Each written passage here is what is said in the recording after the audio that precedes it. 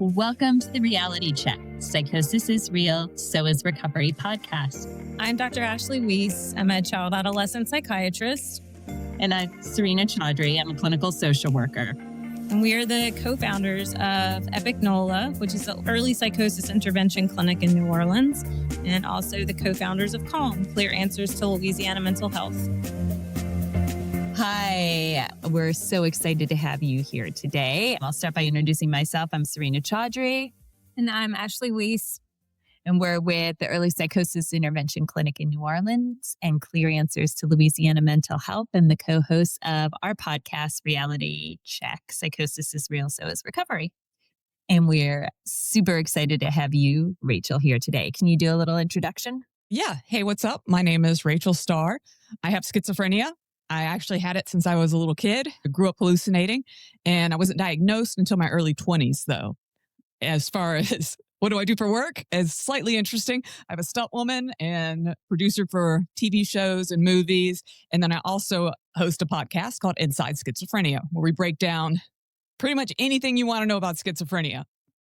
I know. So you host this podcast, co-host a podcast, and you've got many, many, many episodes recorded and lots of followers. What inspired you to come on our podcast today? I love podcasters. No, I love talking about especially severe mental illnesses because they're very much overlooked. Today's, you always hear about mental health, and yet schizophrenia, bipolar, other ones like that usually aren't lumped in with mental health. So I think it's important just to talk about and get it out there more. Well, so our podcast is framed around, right? Psychosis is real, so is recovery. So I'd like to start with a question around recovery. And I'm curious, what does recovery mean to you? So I'm going to throw you under the bus. I personally don't like the term recovery. We've been told that before, so throw us under and drag us. Okay. Because it makes you sound like, okay, you're trying to get back to a beginning point. And the truth is, with schizophrenia, there's a very good chance that you're not. I think the goal with schizophrenia is to learn how to manage it in your life, because your schizophrenia can get worse and you have another psychotic episode and you wind up inpatient, and it wasn't anything that you did. That was just your schizophrenia. So that's why I don't like to say recovery. I want to say stable management. So as far as how did I get stable management, it's every single day using a variety of managing techniques and my medication. I have a therapist I see weekly, and then of course a psychiatrist, and all of those things together are what help me to manage. Do I slip up? Yeah, that's a lot of that's out of my control. But having this network of support is what helps me stay stable. Yeah, that's cool. And I think we went around and about of using that word and had certain reasons, but I think it's cool that, or I think it's important that everyone sort of owns their own way of talking about their own illness and their own state, like with or without, schizophrenia, whether it be something else. I feel like I have to jump away from schizophrenia and tell me about your stunt woman situation. Yeah. Many years ago when the internets were young, as in YouTube had just started, I had this idea to play this massive paintball game with people in swimsuits. I thought it would be funny, and I couldn't find anyone to do it but me. So I filmed it and I put it up on YouTube, and I started coming up with these stupid stunts, and a TV show found them. And Whacked Out Sports was the first one I was on, and show after show. So I've got to do a lot of different shows, movies. I was in Black Panther, all across the board, a shock fight on Tubi you can check out. It's fun to me. It is a business, though. I'll say it's not all fun and games. I'd say it's like 10% fun and 90% work when it comes to anything in the movie or TV industry. That's so wild. Have you gotten hurt doing these stunts? I have to. No. With stunts, safety is number one. If you're someone who gets hurt a lot, you're a liability. So no, safety is always the first thing. You learn the correct way to fall. I've been set on fire multiple times. There's a specific way you do that. Wow. So that's like super brave. I mean, anyone could do it. You just have to learn the safe, correct way. Right. It's wild. I've never met a stunt person before. So I'm curious, what have you learned from this part of your career? I learned, as far as for me, the past, well, since COVID, everything, of course, in the world changed. When entertainment changed a lot, I learned that I like being more in control. I like to be the one who comes up with the storylines. So that's kind of been the big movement with me over the past few years, is creating my own stuff. I'm working on a TV show right now. Hopefully we'll get filming at some point. That's really fun. How have you felt? We have a lot of young people that are sort of nervous to like jump into work, and they might have just graduated and have to deal with, starting mental health treatment and everything else. So how has that been for you, like managing your mental wellness, mental health, and then this like very complicated career path? Well, one thing I've always had, regardless of what I was doing, was a part-time job. I like part-time jobs. For one, entertainment isn't steady. It's, by the project. So you can be working really well and then the project's over. Now you have nothing and you hope you get something else. But I've always tried to have part-time jobs because even when my head was bad, that was at least getting me out of the house. I used to work at gyms just doing cleaning because it was something that was easy for me. It got me out of the house, interacting with people. And I think anyone, whether you're talking about severe mental illness, like you need to be getting out of the house, whether that's volunteer work, whether if you want to go to local dog shelter and help them with the dogs, just doing something to get you out of the house and interacting with people. As far as the job thing, start small.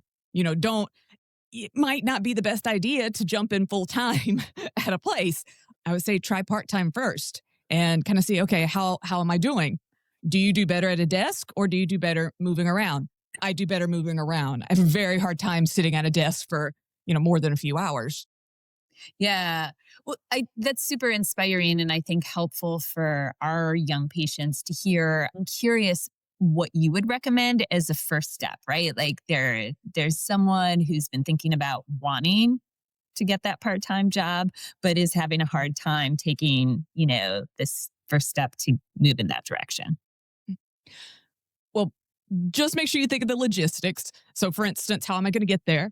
If you had a place you can walk to, that might be really good because think about with schizophrenia, one of the symptoms is we tend to go inside of ourselves. So I would say anything that gets you out of that shell. All right. If you're able to drive, then that's fine. I'd say pick something you're interested in. It doesn't matter if you're like, Rachel, I love eating a good snow cone in the summer.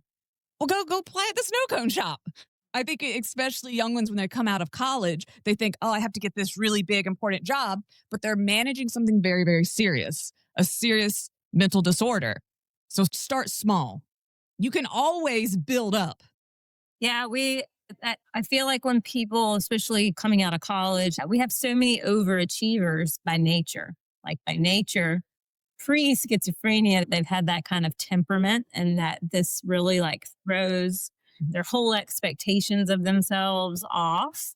And when they can't go back to like 20 hours a week in college, they feel like it's a character flaw and then the nervousness. So I feel like we're always trying to help people realize that starting small or starting part-time, like doesn't mean anything about you and your abilities. Like it's a choice.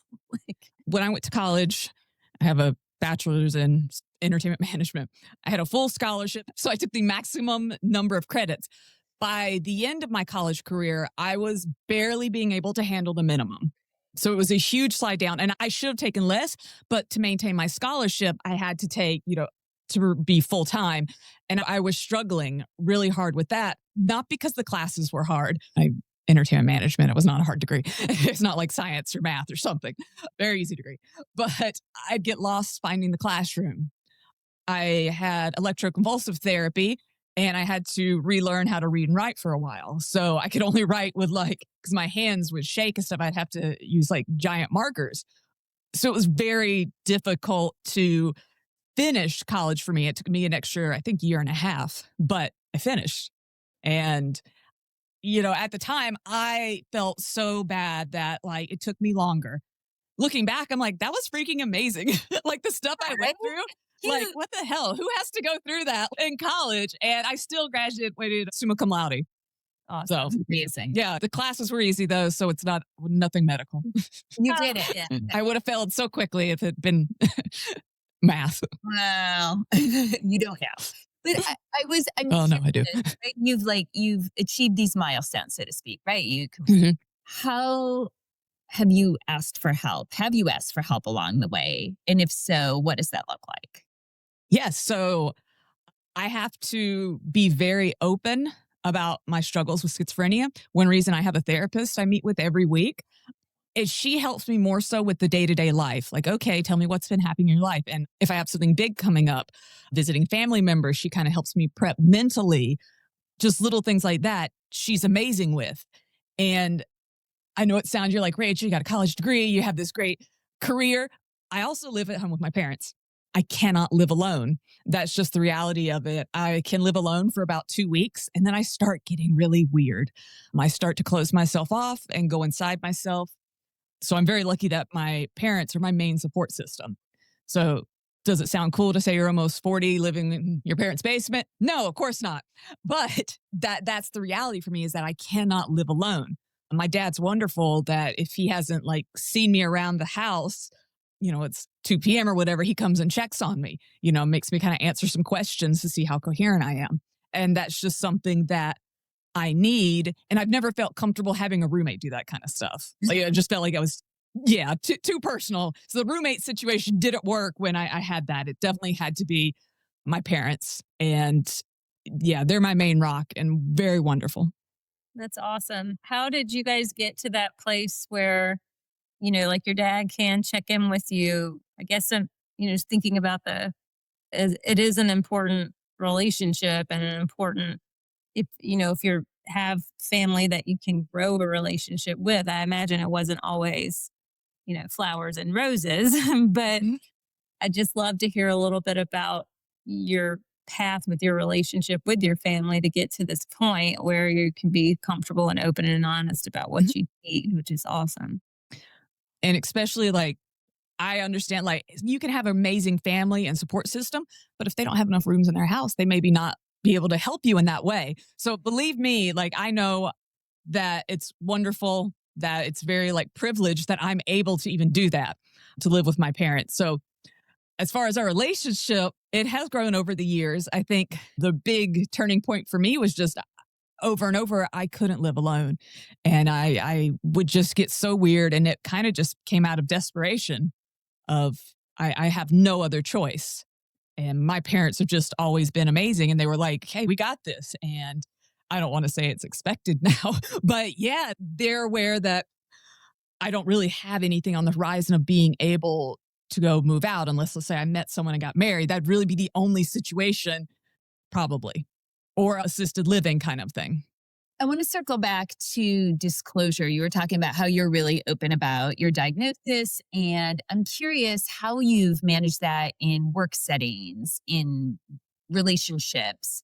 Because I think, and the reason I ask is, right, because a lot of the people in our clinic are uncertain if they are in a work situation and they're having a hard time showing up on time. Do I say something? Do I not say something? If your schizophrenia is going to affect your work in any way, you need to go to HR. It's unfortunate when you work for like a small company, though, where there is no HR. So you Right. just have a boss. For me, I know that no matter what, it will affect my work. For one, I cannot handle cash. I count past 10 and I start doing weird counting things. I can't explain it. So anything with numbers, I can't do. So times I worked the front desk, I would let them know up front, hey, here's the deal. And I would say I have schizophrenia. And for the most part, it hasn't been a problem because of the way I address it. I think, if you address it as you're kind of scared and timid, I have this thing, whereas hey, I have schizophrenia, it's going to be da da da da da. And they're kind of like, oh, honestly, I feel like I shell shock them so they don't know how to react. So they're just like, okay, yeah, all right, that's fine, Rachel. But yeah, that's how I see it. I will say that, of course, you need to be careful because there's a lot of jobs where that they're going to hear that and they're going to want to fire you or they're going to find you to be a liability. It could be as simple as also letting other people know around you. If you have a child and the other parents find out, they may be like, well, I don't want my child to go to your house. If, I can't trust my child under your care. So as far as telling people, it's a very personal decision. And I'd even say like a case by case basis. I appreciate you sharing that. I think that's really helpful to hear directly, right, from someone who's had mostly a positive experience. Yeah, mostly. I mean, when I'm starting to go downhill, my words slur, so it can sound like I'm drunk. So I'm always telling them up front about that because, yeah, if I one day I come in and my words are starting to slur, for one, I need people to let me know because I won't realize it. So that helps me. I always have like a coworker be like, kind of keep an eye on me, one that I trust. I had one amazing coworker. She would always check my timesheets because you had to add up your hours and Lord knows what I've been adding up. So she always did it for me. She was just, I felt comfortable with her. She was totally cool about it. I don't even think she knew I had schizophrenia. I think she just knew, I think I always usually will say a brain disorder. And then people are like, oh, okay. Yeah. So there are a couple things that stand out to me in terms of the work you've been doing in addition to being a stunt woman. One was the book that you wrote. It's been a minute now, but the Little Broken Star. Yeah. So that was the first version. And then actually I have a comic line based that was the evolution of that. That was a horrible 20 years ago trying to make it an Amazon. But now, yeah, it's actually a comic book series called The Adventures of. And the first one starts with Little Star and deals with schizophrenia. The second one deals with depression. And then the third is ADHD. Awesome. What inspired you just to start on that part of your journey? I was at an event with my mom and it was like a mental health event. And we were walking around and looking at all these books and stuff. And my mom's like, Rachel, you need to write a book. And at the time, I was still relearning how to read and write. And I'm like, I kind of was snotty. I was like, yeah, well, that would be nice if I was able to write better. And she's like, well, then make it a kid's book. And that's what kind of set me off on, oh, okay. So I made that first very crude kids book. And it evolved into a comic line series. Have you always been interested in comics? Because Yes, absolutely. stunt, Yeah. superhuman stuff. Yes. I grew up on Power Rangers. So Okay. I even went to adult Power Ranger boot camp, which is exactly what it sounds like. Amazing. Exactly what it sounds like. Yeah. What do you have to? I mean, I feel like we're jumping all over the place, but there's got to be a lot of like physical preparation to do stunts, huh? You go to classes, so you learn how to do everything. It's just like any other job you want to do. You have to go through training.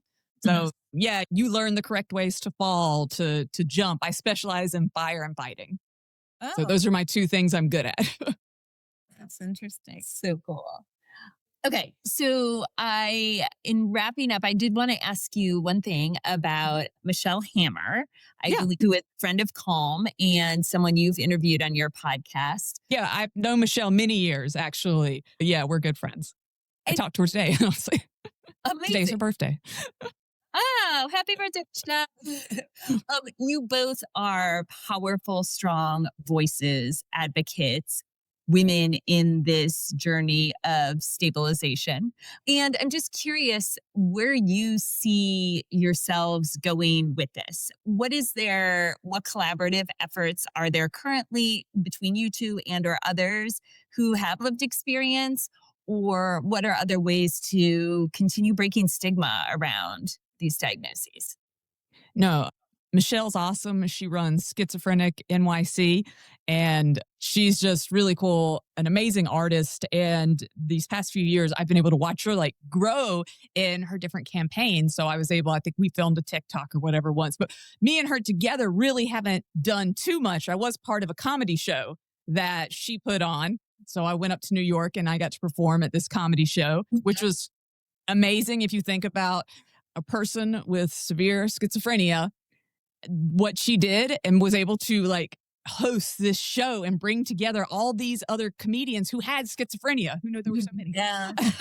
Like, it was incredible. And I've loved to see over these years just how she's evolved. As far as just collaborating with other people, you find so many online. I get messages daily with people with schizophrenia and they'll say, hey, you want to check out this song I wrote, or you want to look at this drawing I did. I've met another person with schizophrenia who they're an animator, which of course fits with my comics. So we've talked about a lot of different things. So there's just so many connections that are possible to make.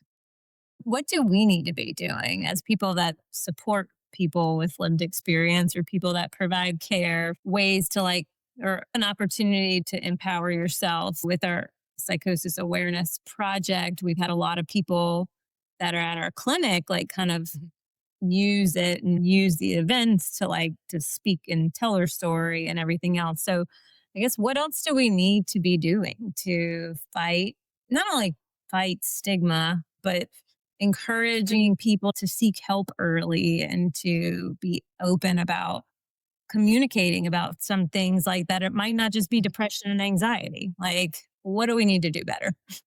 I always say this, if there was like a panel, the perfect panel would be a person with lived experience, a caregiver, and then a medical professional, because each of them have a different view and each of them can reach out to a different audience member, especially when it comes to the medical professionals. A lot of them do not take people with schizophrenia seriously. I've had some very bad run-ins with psychiatrists over the years when I was at speaking events and different things who said some pretty shocking stuff to me because they thought it was a waste of their time that they had to come and listen to someone with schizophrenia. One psychiatrist meant it as a compliment. He came up and said, "You speak so well. All the schizophrenics I treat are retards."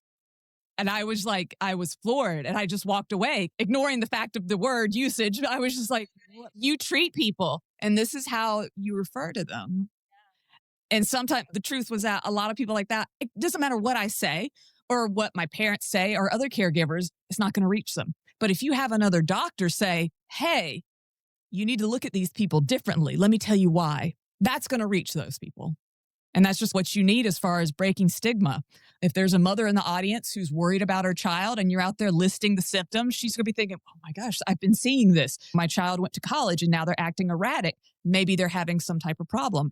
Most people have no idea that schizophrenia comes out usually at college age. They just have no idea. So you see these different symptoms, but they don't know what to look for. And they don't a lot of times think it's that serious. Yeah, that's the interesting balance is being supportive. And we really make a lot of effort for our clinic to be warm and inviting and comfortable for people that have never had to go see a shrink before. But it is serious. But striking that balance, which you described really well, of maintaining seriousness, but also the realness and the life part and like living life and doing life. And it's also, I'd say, important on breaking the stigma is showcasing people with lived experience from different backgrounds. For those listening, I'm a white woman. My experience has been a lot different than one of my friends who is a Black male. We both have schizophrenia. We have the same symptoms. He's had multiple issues with correctional facilities and things like that. And if you were to look at us, technically, we're the same. But he has been treated a lot different than me. He's also a bigger guy. So they see him and he's acting erratic. They're going to act more aggressive towards him than a female usually who's acting erratic. Not always, but knowing that people are treated differently. And especially wherever you're located, that's going to be important. Whoever your main people are in your community that is visiting the clinic. How do you reach out to those different demographics around you? Totally. And very true here in New Orleans. It'll help me if I see someone that I can relate to. Be like, okay, wow. If I hear her talk or him talk, I'm like, I've been scared to go to the doctor because of that exact reason. Okay, let me know, how did this person get over it? What did this person do then to become so stable and well? Like they made it work, so I can too. Yeah, it's so true. Yeah. Oh, I hate to wrap up, but we have to wrap up. Thank you so much for your time and your wisdom and your honesty. What was the show you were talking about? I want to go check it out. I know I could go to your website, but since you're right in front of me, you were talking about. Oh, it's a movie called Shock Fight. It's streaming on Tubi right now. Cool. And I'll go ahead and give you the teaser line. You have 1 minute to kill the person in front of you. You know what we're doing tonight. Not killing each other, but blocking it. Yeah. So think of it like Saw times Fight Club. So it's a very high energy, I want to say like a bloody good time. That's awesome. And the fun fact is that I play a character named Schizo, which was very important to me. Yeah, because one thing is that usually if you have a schizophrenic in a movie, they're going to be the bad guy. Or they're going to be like the artistic, a super good guy. Right. She's just like everybody else. And that's is that honestly, she's boring. She's just like everybody else. We'll check it out tonight. Thank you so much, Rachel Starr. Everybody should check out her character. Yeah. And if you look closely, you'll see Michelle Hammer actually does pop up in that movie. Yes, she has a little cameo. There have a few of my people in the mental health community film some clips for me to put on there. Cool. Stay in touch. We're going to reach out through our social and have more collaboration with you. That would be awesome. No problem. Sounds great. All right. Take care. A great day. All right. Have a good day. Bye. Until next time, thanks for taking the time to get your reality check. And remember, psychosis is real, so is recovery. If you have enjoyed this episode or found it useful, please subscribe wherever you get your podcasts from and check out the website calmnola.org.